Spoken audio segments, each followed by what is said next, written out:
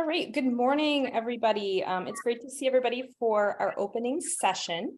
My name is Stephanie Riddlelotti, and I am the director of the UW System Gender and Women's Studies Consortium. My pronouns are she, her, and I am delighted to welcome you to the 2023 conference. This year's event is entitled Sustaining Hope, Feminism's Freedom in the Future. And the conference is co-convened by the Office of the Gender and Women's Studies Librarian and the Women's and Gender Studies Consortium. Both of our offices support gender and women's studies and queer studies and all of our affiliate programs across all 13 UW System campuses. And we are truly excited to start out with a third day of conference sessions. I'm now going to hand things over to Dr. Carla Strand, the co-convener for the conference, and Carla will offer an introduction and a land acknowledgement before we begin our panel today. Good morning, everyone. Thanks, Dr. Riddlelotti. It's always a pleasure to be sharing the virtual stage with you. And so I'm Carla Strand, she, her, and I'm the Gender and Women's Studies Librarian for the University of Wisconsin System. I'm also a freelance writer with regular columns, mostly about books, in Ms. Magazine. I'm a queer white settler woman with long brown hair and glasses, and I come to you today from my home office, which occupies stolen Potawatomi land. So we'd like to take a moment to honor the Indigenous peoples who care for the land on which we're located, and we ask you to do the same. Excuse me, we are grateful for the Indigenous and ally labor that went into creating UW-Madison's land acknowledgement, and we also understand that these types of institutional land acknowledgements are limited and deeply inadequate responses to the erasure, violence, and legacy of trauma brought on by settler colonialism. So with this in mind, we'll begin this session with an abbreviated version of the UW-Madison land acknowledgement, and then we'd like to share what is the result of our own critical thinking about this practice. So the University of Wisconsin-Madison is a land grab institution that occupies ancestral Ho-Chunk land, a place their nation continues to call Des Jope. The Ho-Chunk were forced to cede this territory in 1832 and survived decades of ethnic cleansing when both the federal and the state governments repeatedly but unsuccessfully sought to forcibly remove them from what is now known as Wisconsin. We honor the inherent sovereignty of the Ho-Chunk Nation along with the 11 other First Nations of Wisconsin. As white settlers, we acknowledge the violence, dispossession, removal, erasure, and genocide that has led to the colonization of this land, the attempted destruction of communities and lifeways, as well as the enslavement of millions upon whose forced labor this country was built. Since our conference takes place virtually, we also want to consider the legacy of colonization embedded in the technology we're using, which remains largely unavailable in many Indigenous communities, and that's made from materials extracted from the land. It also contributes to changing climates disproportionately affecting Indigenous and other minoritized people worldwide. We acknowledge the unearned benefits that we receive from this continued systemic oppression, and we're highly committed to individual and collective action to disrupt this system in support of the full sovereignty of Native peoples, as well as the restoration of stolen land and resources, cultures, languages, and histories of Indigenous, Black, and other people of the global majority who continue to live, learn, work, and thrive on these lands. We encourage you to take a look at the link that we're going to drop into the chat, which is a bibliography we created last year called From Land Acknowledgement to Action. The resources there can help you to begin to investigate whose land you occupy and also research Indigenous critiques of land acknowledgements, and most importantly, to take action. Thank you. Thank you, Carla, and thank you for the time that went into all of those resources and all of the other fantastic work that your office provides for UW System and beyond. Thanks. I am now delighted to introduce our panelists today. Our opening plenary is going to be co-hosted by the African American Health Network and the Foundation for Black Women's Wellness. And our first panelist today is Dr. Eva Vivian is a professor at the University of Wisconsin-Madison in the School of Pharmacy.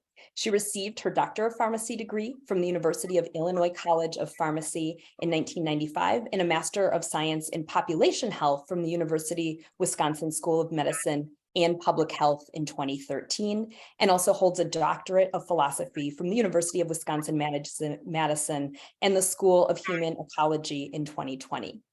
In addition to these fantastic credentials, when I was reading Dr. Vivian's bio, I love that it said that she's been referred to as, quote, the researcher with a servant's heart because of her service to understand communities that are underserved across Madison, Wisconsin.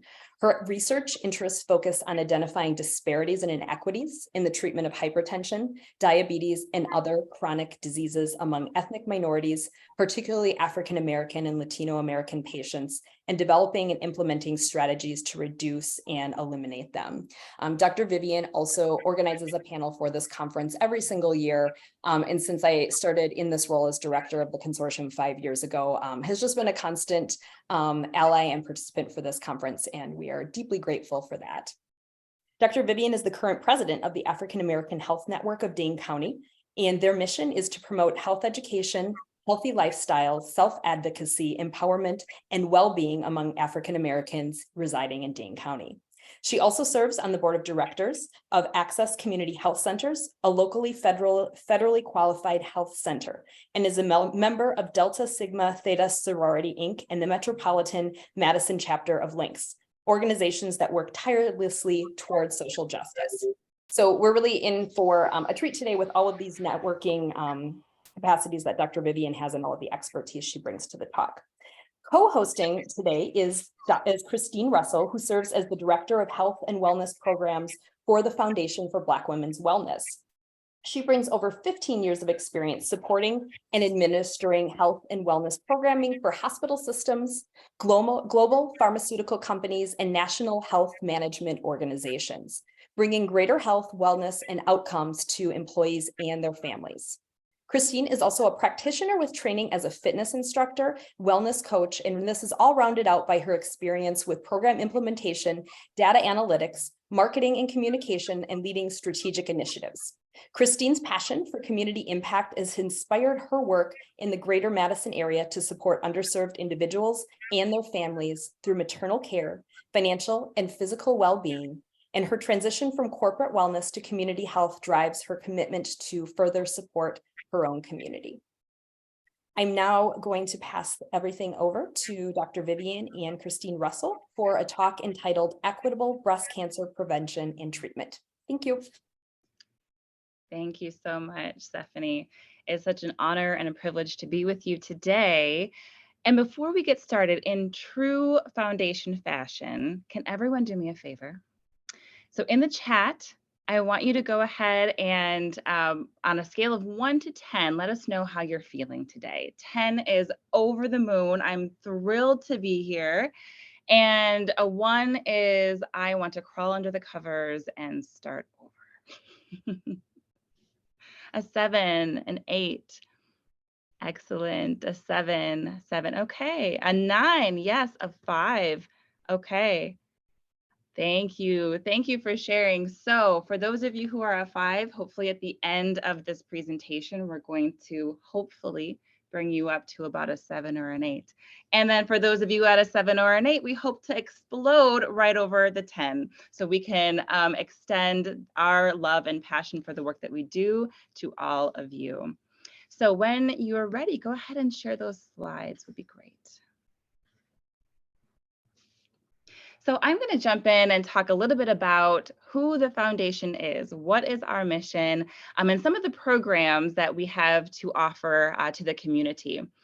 So our mission here at the Foundation for Black Women's Wellness is to energize, to mobilize, and to support Black women and their families to really transform their health and lives through education, advocacy, support, and powerful partnerships. And this experience in itself speaks directly to our mission.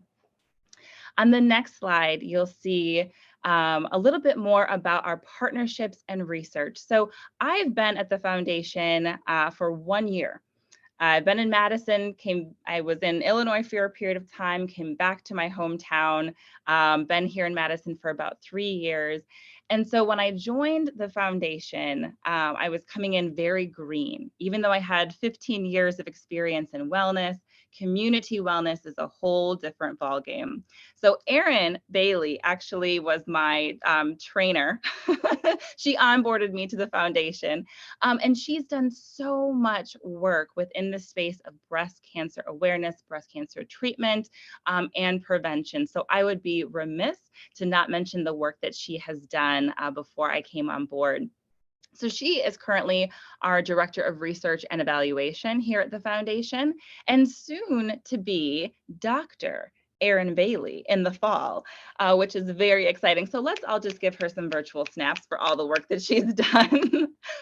In 2017, the foundation partnered with Dr. Carla Pugh. She's a surgeon and engineer, and she actually instructed a module, a breast, what am I trying to say? Chemo brain. We're not going to claim that. So she actually created this module of an actual of a breast.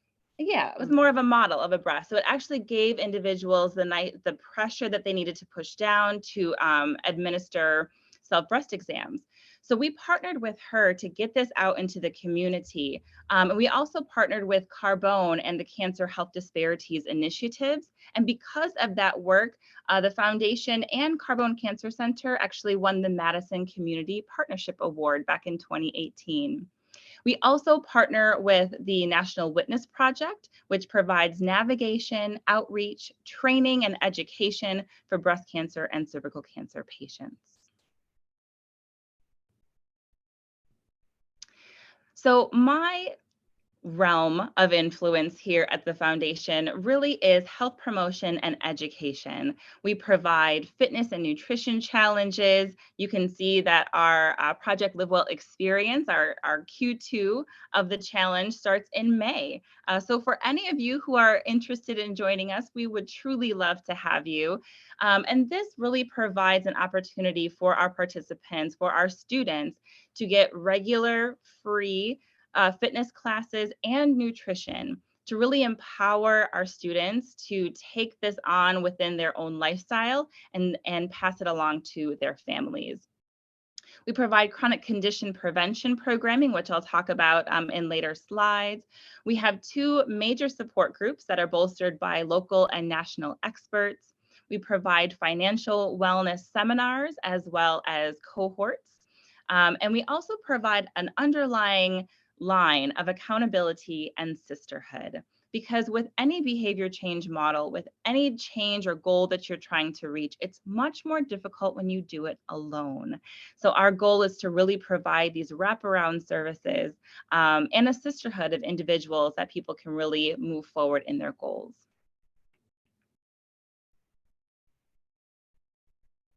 Our wellness ambassadors, I'm excited to announce we are at 72 global wellness ambassadors. We have Spain and Barbados represented, and we are excited to grow that even further. Our wellness ambassadors are our walk captains in our walking collective. They are our Project Live Well instructors. They coordinate blood drives, they lead community-powered policy sessions, and relax and engage with one another during our coffee and community sessions, where we support local bistros and coffee shops across the Madison area.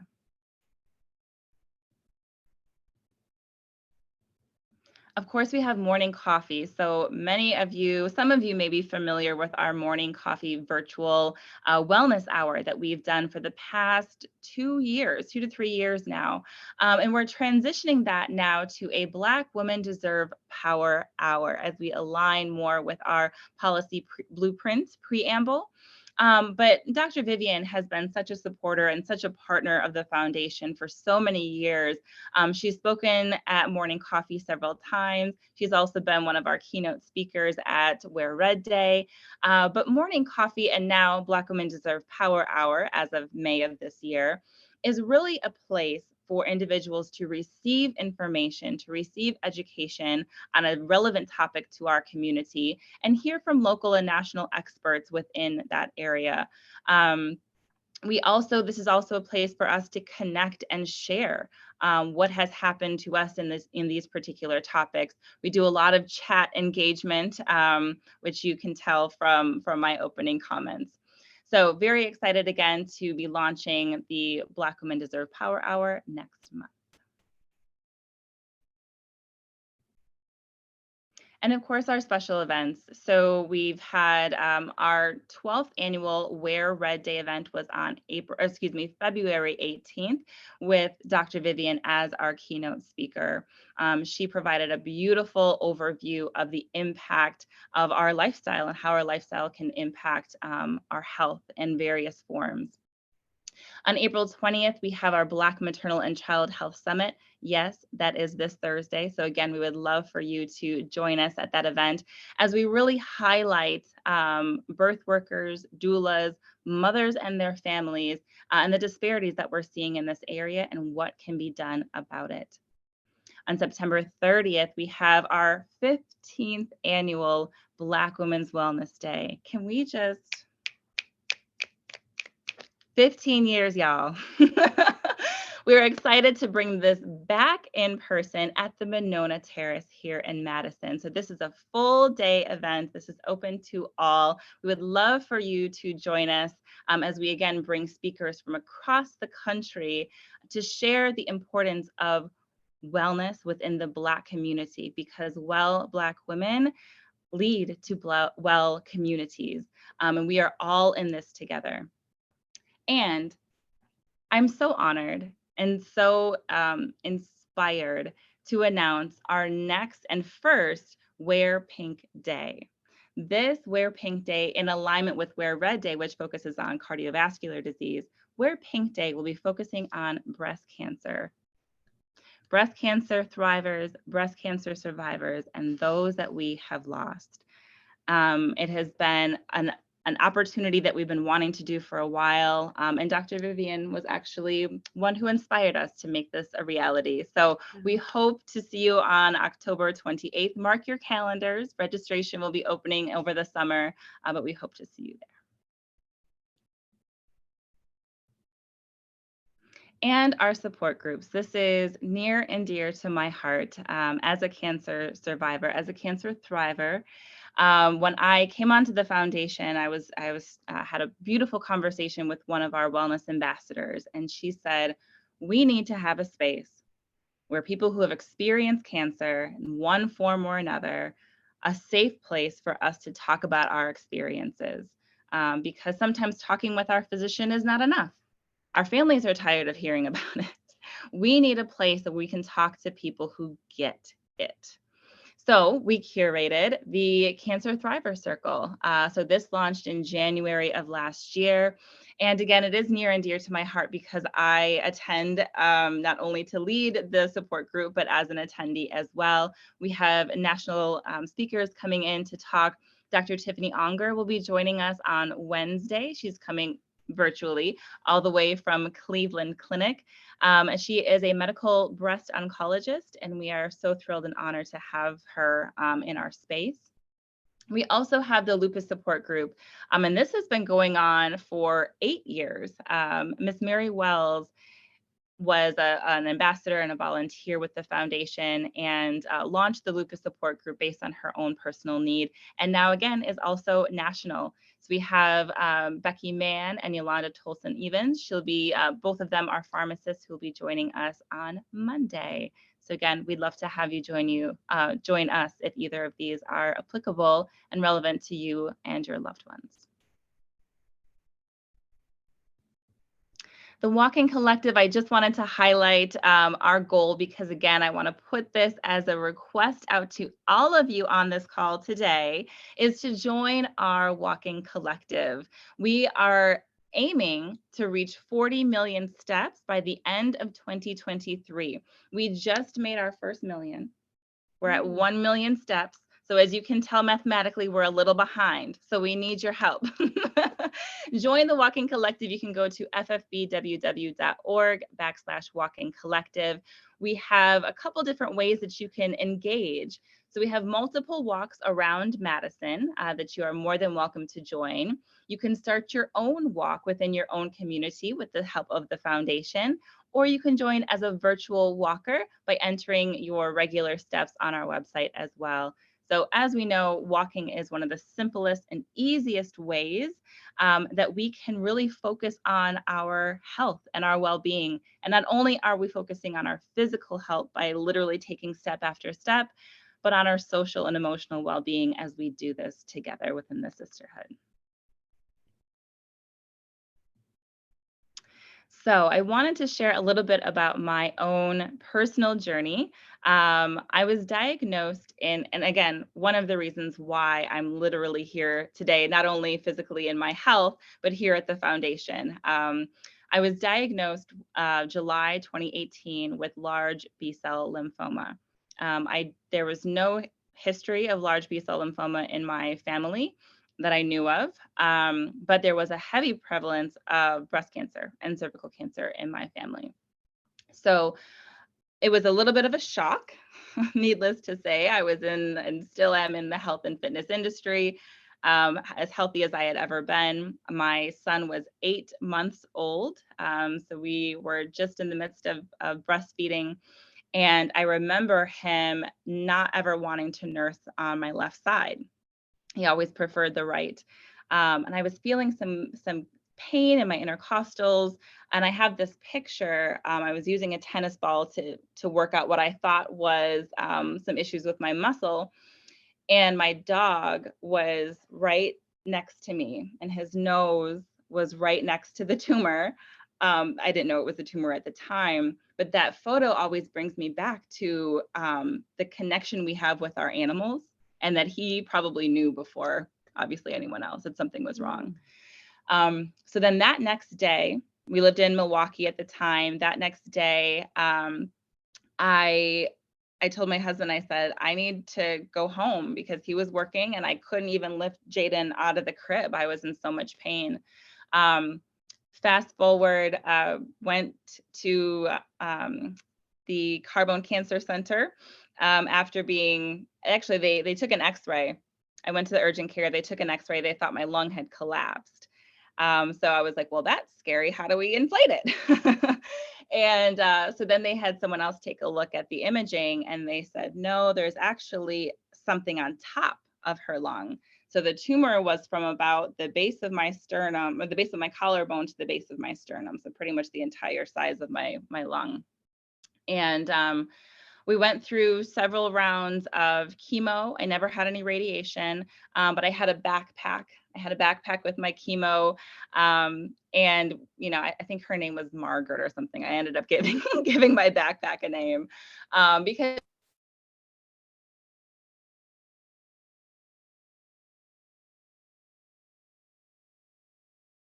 We have lost volume, Christine.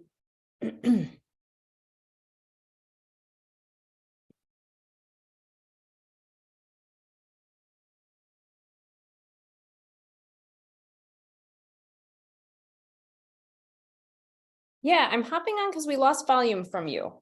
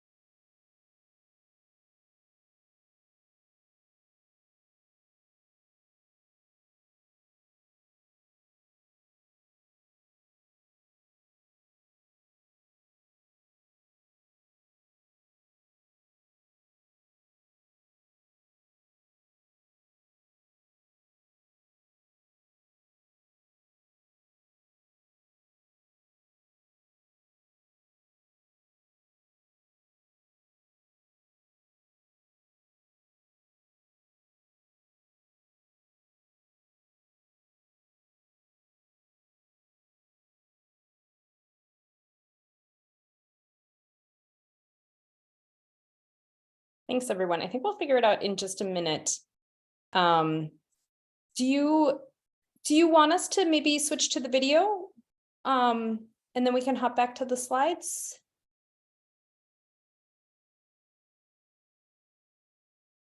Okay. I think we'll do that for a minute. And then that'll give our panelists a second to figure out what's going on with audio.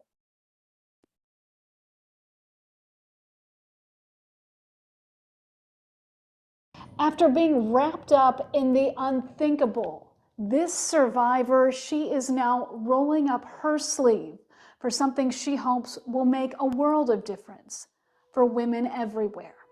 Pulling out the precious silk pieces from her past. Hopefully I can share them with someone. UW-Madison School of Pharmacy professor Eva Vivian remembers when her friend and fellow UW academic, Dr. Gloria Langston Billings, brought her into the sisterhood of the traveling scars. During my breast cancer treatment. A difficult and beyond painful time. It was devastating. I was shocked. In 2019, Eva began her own brave uphill battle. Surgery, chemo, and radiation. You literally have no energy. Luckily, in her story, a recovery.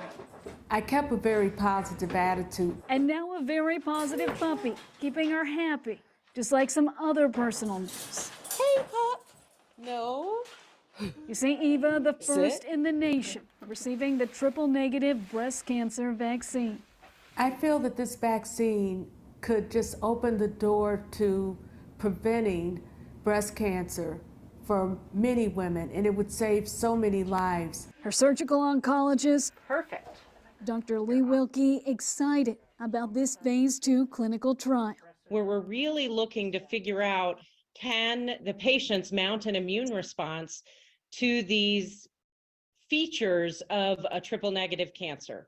And we're hoping it'll advance in the future to a phase 3 trial. And thrilled about Eva as the study's pioneer patient of the new DNA type vaccine. Eva is a researcher and is interested in advancing and improving disparities in healthcare. And this is one way to do this, because a triple negative breast cancer can be more prevalent in African American women, as Eva has learned, and we're hoping to reduce those disparities by reducing the recurrence or chance of cancer coming back in someone like her. Or someone like her own mother, a nurse who bravely battled breast cancer herself before succumbing to colorectal cancer. Further reason Eva believes passionately in preventative medicine. And that's why I'm committed to participating in this study. A study she hopes moves her passion forward. As a pharmacist, my goal is to retire the chemotherapy agents that we currently use for the treatment of breast cancer. And as a warrior, so thankful for modern medicine, now offering a new fighting chance. In Madison, for Spectrum News, I'm Catherine Larson.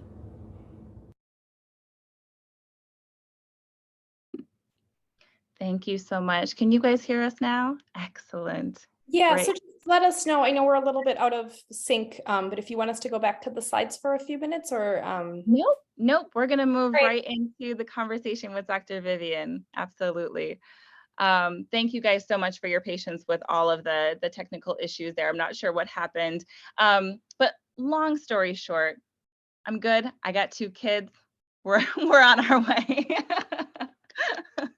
So it's, I'm 5 years out now with remission. And again, my experience here with Dr. Vivian has just truly, I'm known here at the office as Waterworks because I cry all the time. And I'm really trying to hold it together, but she has been such an inspiration to me as both survivors and both thrivers, and how she is taking her experience and impacting the lives of people like me and the people like my family and those here at the foundation, and truly with the work that she's doing now across the globe. And I'm so honored to be sitting next to her today and asking her a couple of questions to get a better understanding of what she's been up to. So, Dr. Vivian, Tell us a little bit more about clinical trials, and have you ever heard about clinical trials when you were growing up as a kid? No, I'd never heard of a clinical trial or researcher. I didn't know anyone who had been involved in a clinical trial growing up. My family members and neighbors, they didn't participate in clinical trials. Mm-hmm. And how did you first become interested or involved in research professionally? Well, I became interested in research during my postgraduate training in San Diego. I worked with a famous endocrinologist, Steve Edelman, and he was a physician with type 1 diabetes. And I got an opportunity to work in his clinic and observe how he interacted with patients. And that really piqued my interest in diabetes. Mm-hmm. And is this the first clinical trial that you've ever participated in? Yes, as a participant, it is the first clinical trial I ever participated in. And how did you first learn about the STEMVAC trial at the University of Wisconsin? Well, Dr. Lee Wilkie, my oncologist, informed me during my third year visit, where I was 3 years cancer free, and I was so happy. She informed me about a study that was going to evaluate the effectiveness of a vaccine to prevent breast cancer in triple negative breast cancer patients. And I just thought, wow, a vaccine that would target factors in our body that are responsible for causing breast cancer. Mm-hmm. That's incredible. That means that women would not have to go through what we went through. Mm-hmm. And of course, I signed on, and little did I know at the time that I was the first person in the country to receive the vaccine. Wow, that's amazing. Mm-hmm. So what have you learned about participating in this clinical trial? Well, I've been a researcher for years, and I've always been sensitive to the needs of people, particularly when you're attempting to approach them about research and enroll them in a study. But it made me sensitive to the fact that when we approach people in a hospital or clinical setting, you really need to have a relationship with that patient. Mm-hmm. I recall when I was diagnosed with breast cancer, my first visit to the UW Carbone Cancer Center, after Dr. Lee Wilkie informed me of the procedures that I would have to go through in order to be cancer free, the research team walked in shortly thereafter and presented 4 different studies to me. And that really wasn't the time to do it. Mm-hmm. I was still trying to absorb the fact that I was just diagnosed with breast cancer and I would have to have surgery followed by chemotherapy and radiation. So I think timing's important, and also having a relationship with the patient is really important. Absolutely. That bedside manner is everything. Mm-hmm. So what advice would you have, or would you give to others as they consider whether or not to join the clinical trial? I know, particularly as an African American, I know that historically we haven't been treated well in research.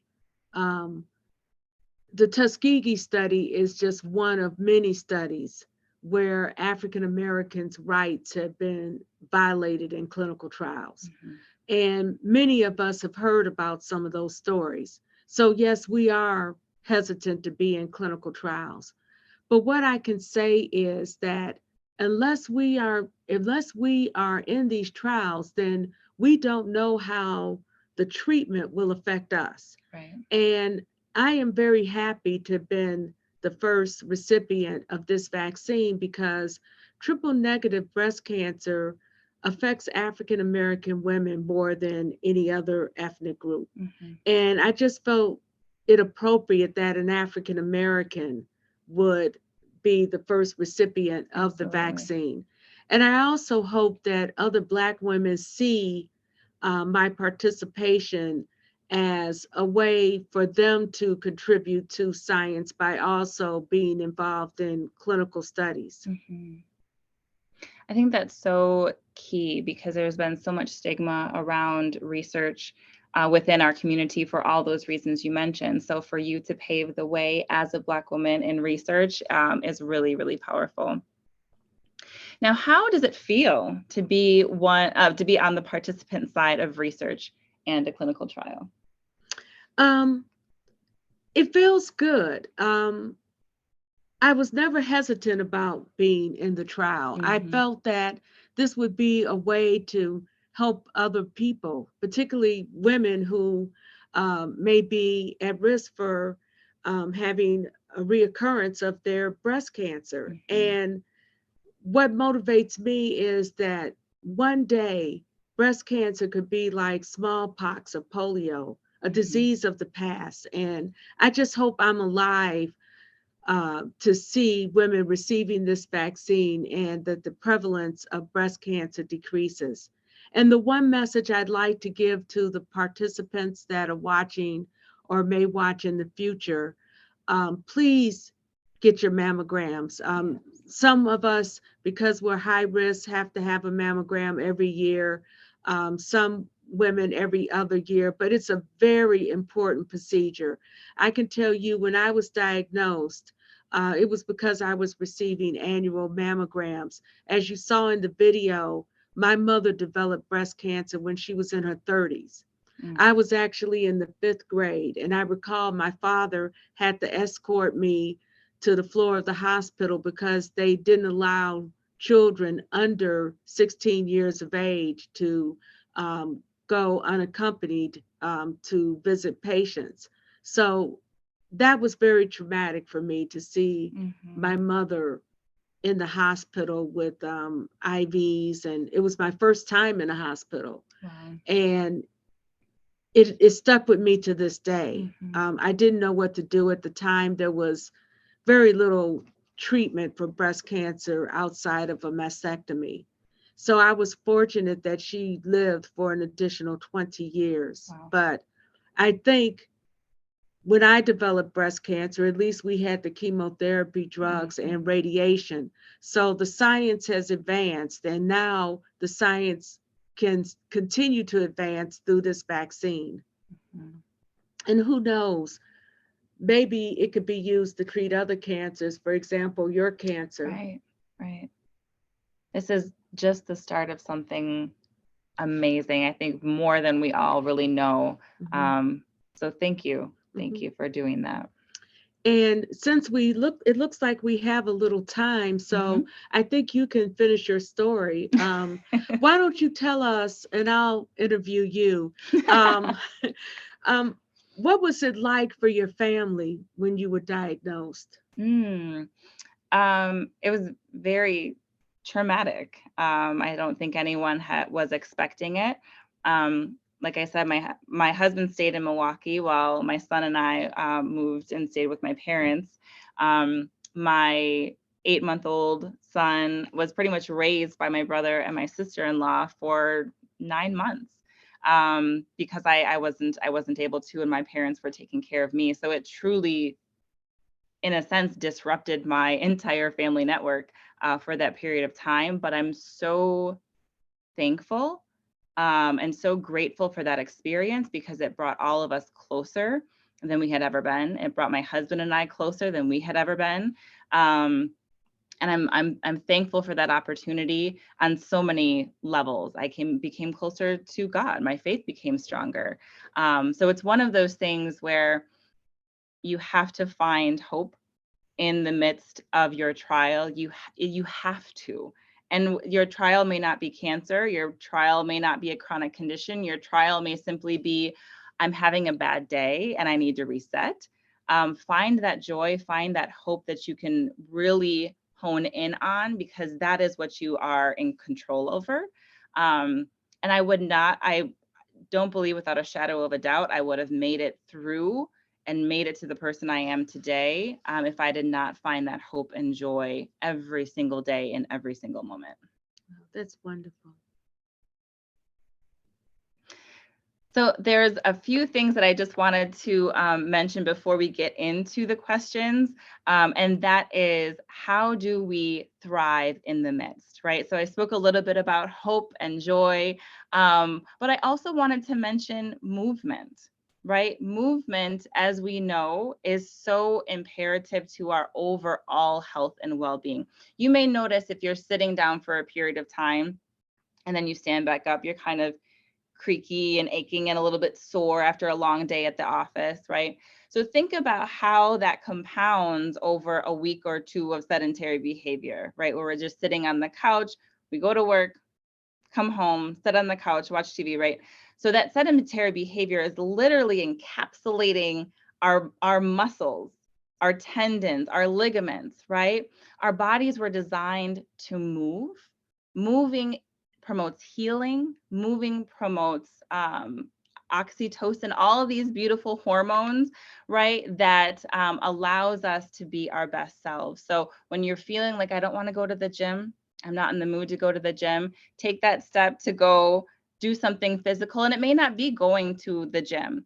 Take a walk around the block and see where that takes you. But I don't want us to lose the importance of movement. And also the other important thing is being mindful and assessing our situations on a regular basis, because so many times we get caught up in how we're feeling. We shouldn't have to be in pain every day. We shouldn't have to be sad and depressed every day, right? That's not how we were designed. So how can we focus on those points when we're in the midst of whatever that is? Journaling about it, bringing our attention to it, to say, today I feel like a 5. I feel like a 5. I'm recognizing that I feel like a 5 today, but here's one thing that I can do to get myself to a 6, right? And creating a list of that, creating a list of all of those things that bring you joy, all those things that make you happy, whether it's coloring with your kids or, you know, playing with your dog or whatever that is, because when we're stuck in those moments in the midst, it's hard for us to think about what the next step could be. But if you have a list, check it twice. It's definitely helpful when you're not in the mindset to think through that. So I just wanted to drop those little words of nuggets to hopefully elevate our energy today a little bit. Yes. Also, to add to that, movement is important. Walking is important. We have studies that show that people who are physically active and move around at least 150 minutes a week can decrease their risk of diabetes and hypertension. And for those that may already have diabetes or may be at risk for diabetes, you can actually lower your blood glucose levels by being physically active. Mm-hmm. I'm currently conducting a study with African-American grandmothers who are caregivers for their grandchildren. And one of the things that each participant receives is a Fitbit watch. So right now, we have a friendly competition for everyone to increase or double their steps. So it's not competing with someone else. It's looking at the average number of steps you walk per day and how you can increase your movement week by week. Mm-hmm. And it is really important. They found that in one study, the participants who did not lose weight but moved at least 150 minutes per week actually decreased their risk of developing diabetes. Mm-hmm. So there's some science behind this too. And your mind is powerful. Your mind influences what your blood glucose levels are and what your blood pressure is. So be mindful, be happy. Absolutely. Stephanie, were there any questions? I'm hopping back on here. Well, before we start questions, thanks so much to both of you. I love the pairing of your own stories and experiences with the deep science and all of the efforts to make science and clinical trials accessible and transparent so that people who don't have a deep degree of training feel like it's something that they can participate in and understand. And I love where you just left us. Like, I think there's such a stronger focus on how like a 10-minute exercise or starting really small with like one daily habit can really change things. And we just had an opening yoga session that was hosted by Dr. Chloe Diamond Leno, and her entire practice was designed so that if you have full range of movement, that's great. And if you have limited range of movement, there's also modifications so you can still be active regardless of your ability status and what you're able to engage in. So I love that message. And yeah, thank you so much. I don't think any of us really at this point aren't untouched by cancer. Like, it's so prevalent in family and friend networks. I know a lot of moms who have been in, who have had cancer when they've had young kids. I know a lot of older people, and it's just really pervasive, and it's increasingly hopeful that there will be vaccines that can mitigate some of that. So the first question that I'm going to ask is about clinical trials and assessing the information. So a lot of times with cancer treatment, individuals have to shift from one treatment to another because they plateau and that treatment stops working. But there's a lot of great resources, and there's a lot of different treatment methods they can try. And I'm wondering what your recommendation is for people who don't have training in research to evaluate clinical trials so that they feel like they're in control of the process and understand everything that's happening, because that bedside manner that you mentioned in the relationships sometimes happens, but it doesn't always happen. Okay. I think it's very important to have an advocate. I had an advocate, and I'm a professor of a science area, but it's really important, whether it's a family member or a dear friend.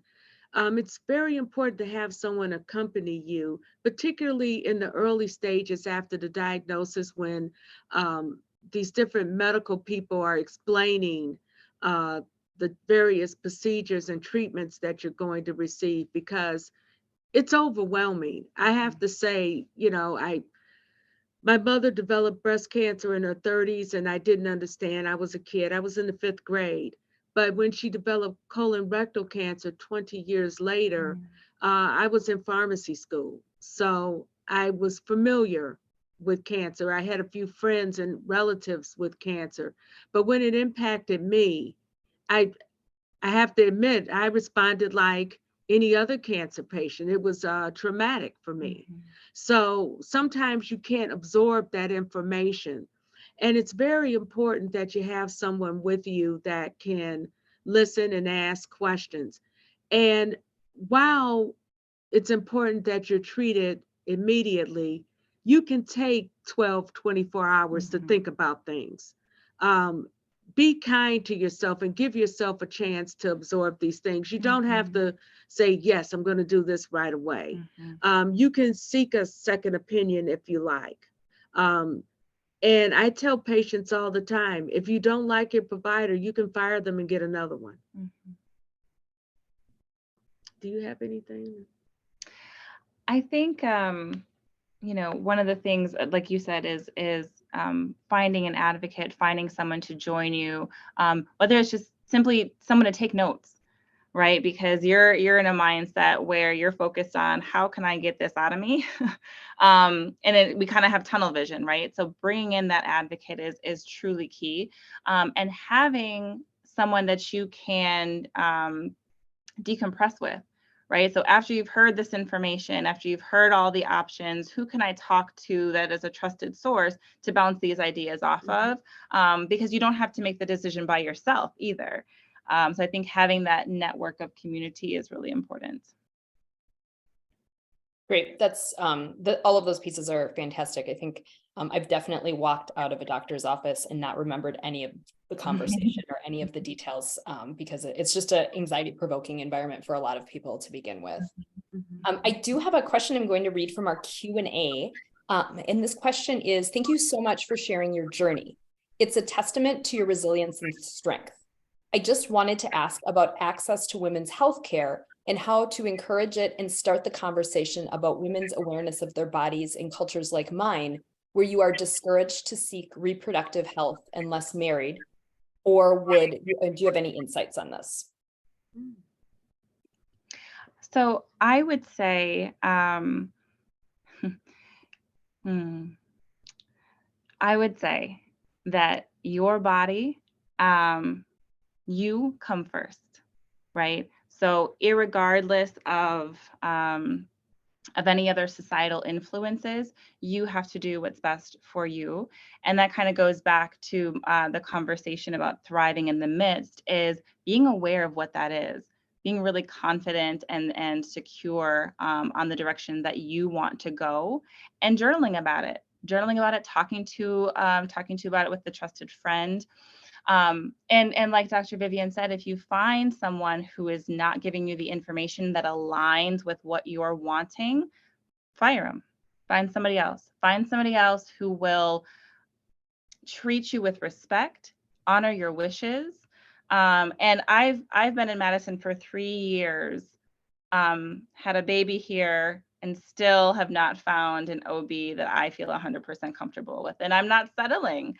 I'm literally going in for surgery on Monday, next Monday. And because and it took so long, I needed to get this thing out of me sooner rather than later, but I fired my last 2 doctors and have finally found someone that has treated me with respect, that pulled up a chair next to me and said, okay, this is what's going on. These are your options, right? And I felt safe in that moment. And your body, your spirit will tell you if it's not the right fit, move on to the next. That's great. Did that help? Did that answer the question that you were looking for? Yeah, I think that was a really good answer. And I think that encouraging people to feel empowered to seek second opinions and other providers is absolutely great advice. And I think that all of us sometimes worry about doing it. And I think just remembering to focus on what is best for you in the moment is great. Another question. So Christine, I'm wondering if you can talk just a little bit about how do we talk to young kids about cancer? Like how do we, and Dr. Vivian, you might have some insight on this too, because you referenced being younger and watching your mother go through cancer, but how do we have those conversations in a way that keeps the hope alive and isn't incredibly scary, but also like unveils the reality and the depth of the situation? That's a really beautiful question, and I'm so glad that you asked it. And the reason I say that is when I was first diagnosed, I went live on Facebook Live, my very first time going on Facebook Live. But I felt called to it. So I did a post. I had my chemo in the background. And a woman reached out to me, and she said, she's a family friend. She said, Christine, I've been diagnosed with cancer, but I don't think I'm going to get treatment for it because I can't bring it up to my kids. I cannot let my kids know that I'm sick. So she wasn't going to get treatment, and she was just going to allow herself to perish potentially. We've had a lot of coaching sessions, personal coaching sessions after that. She ended up getting treatment. She ended up living and having a really beautiful conversation with her daughter. And her daughter was in her 20s. So she was older and had a really hard time bringing that up. With my children, with younger kids, my son was 8 months, so it really wasn't much of a conversation. But now he's 5, and my youngest is 3. So when they see photos of mommy with no hair, they see photos of mommy looking very sick, they know that it's me. And I've had conversations, I've told them about what has happened, the relatively high level experience of what mommy went through, because that positive experience, because I'm coming to them not out of fear, but out of the reality of the situation that it was, it helps them to understand that even though that mommy experienced this, it doesn't have to be this sad, horrible story, right? Because we don't want to scare our children, but we also don't want to hide the truth. So I think every child is different. Every child will take the information differently. So you kind of have to assess that. But I would not hide it. I would be open and honest. If you're not, if the patient isn't feeling well, being open and honest with your kids to say, mommy can't play today because she's sick. She's not feeling well. And most kids, they'll get that because they'll know something's off. And I think a lot of times you coming to them first rather than them assessing your energy, it can be really powerful as well. That is a very... We lost volume again. So we can't hear you.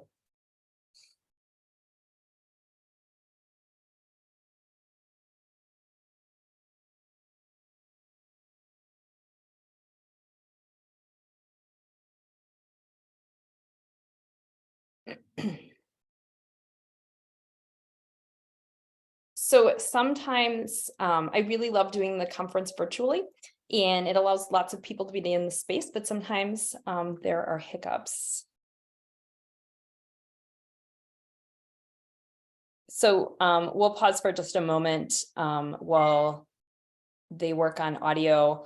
I think this might be a good juncture to just remind everybody that we have 2 more fantastic rounds of concurrent sessions today. And we have a closing plenary that'll be at 2:30 p.m. Central Time that we invite everybody to join us for. It's Black Erotic Sovereignty, an intersectional outlook on sex work, decrim, and communal liberation. And we have a fantastic round of panelists. It looks like Christine and Dr. Vivian are having a hard time reconnecting with audio. So we can't hear you.